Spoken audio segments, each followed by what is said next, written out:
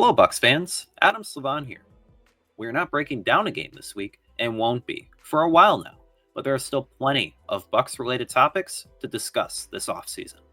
When looking at Tampa Bay's defense, there is no lack of thoughts to spark a conversation, especially as it relates to player personnel. After a disappointing year for the unit, an overhaul must be done at nearly every key position. So, let's analyze the biggest needs and who the team could add to bolster the defense. Number 1. As mentioned before, I just want to reiterate that my top 10 takeaways are not going anywhere. There are plenty of defensive needs the Bucs have to fill, starting with outside linebacker. Number 2. Take your pick of what's first on general manager Jason Licht's shopping list. But when I look at areas to improve, it starts with going out and getting a number 1 edge rusher, a double-digit sacker, a true fire starter that immediately would bring toughness and respectability. Someone who can impose their will and better the guys around him. Number 3. How can Licht set out and accomplish this? Well, in free agency, Tampa Bay should show an interest in signing Khalil Mack, Josh Sweat, and Hassan Reddick, among others. Mack will soon be turning 34, but getting the Florida native on a 1-year deal makes sense. Sweat and Reddick could be multi-year solutions. Trade-wise, you can't rule out Max Crosby and Trey Hendrickson, but they would cost a lot of draft capital. On the flip side, they would add some serious firepower up front.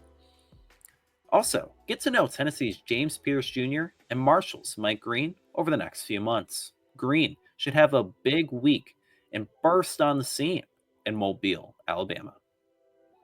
Number 4. With Lavonte David turning 35 this week, now might be the year to turn over the inside linebacker room.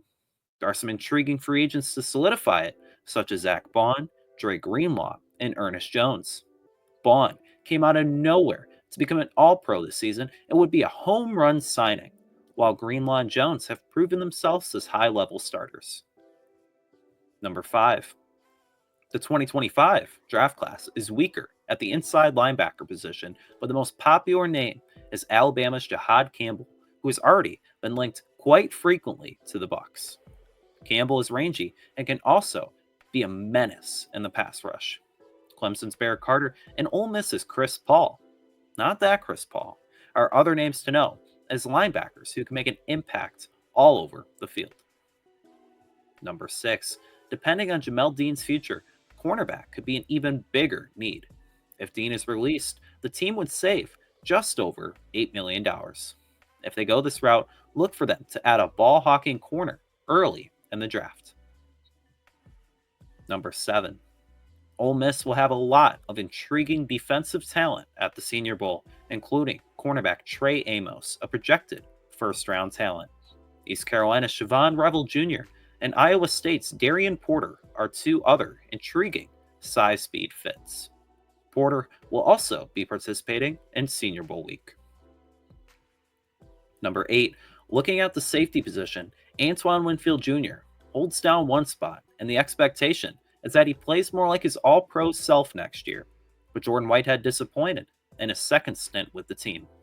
Whitehead's future is now up in the air, and regardless, adding another young starting caliber safety would only help shore things up. Number 9.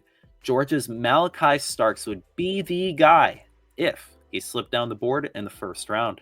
Otherwise, Notre Dame's Xavier Watts and Penn State's Kevin Winston Jr. are promising prospects who look like day 2 selections. Number 10. Regardless of how the Bucs add talent to the roster, it is clear they need an infusion of it defensively. After an injury-plagued and underwhelming year, they will need to explore all avenues to add difference makers. So, that will do it for my top 10 takeaways this week, but be sure to check out pewterreport.com for more of our Bucs offseason content. Also, be sure to not turn that dial and follow Pewter Report TV, as we have plenty of upcoming videos that you'll want to watch.